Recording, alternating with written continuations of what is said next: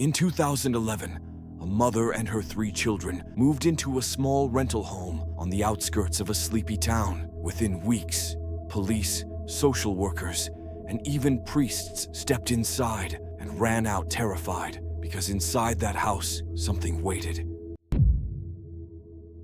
I still remember the first night. The house looked tired, cracked paint, sagging porch, the oak tree bending like it was trying to get away, but it was home. At least I thought it was. That same week, flies started crawling across the porch.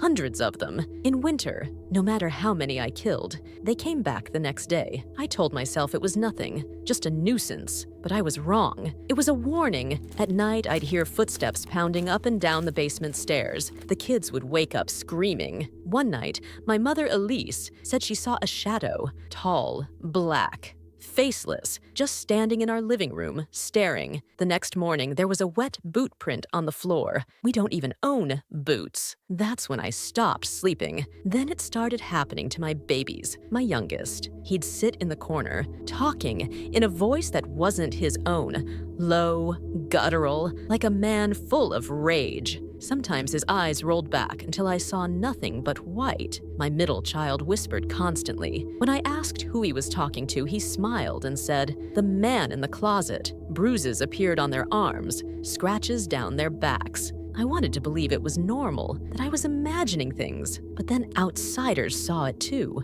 A social worker came to check on us. She was standing right there when my youngest was picked up, lifted by nothing, and hurled across the room like a rag doll. Another time in the hospital, I watched nurses scream as he walked backward up the wall, before flipping over his grandmother's shoulder and landing on his feet. Those were trained professionals, and they ran, but I couldn't run. Those were my children. Finally, I begged for help from a priest. The moment he walked inside, he stopped cold. He said the air felt heavy, impossible to breathe. The lights flickered. Oil dripped down the blinds like tears. He sprinkled holy water. Rosa began choking, clawing at her throat like invisible hands were strangling her. And me, my body twisted. My voice dropped into something that wasn't mine. Words poured out of my mouth in a language I didn't know. The priest whispered to me, "This isn't a haunting. It's possession." We tried blessing after blessing.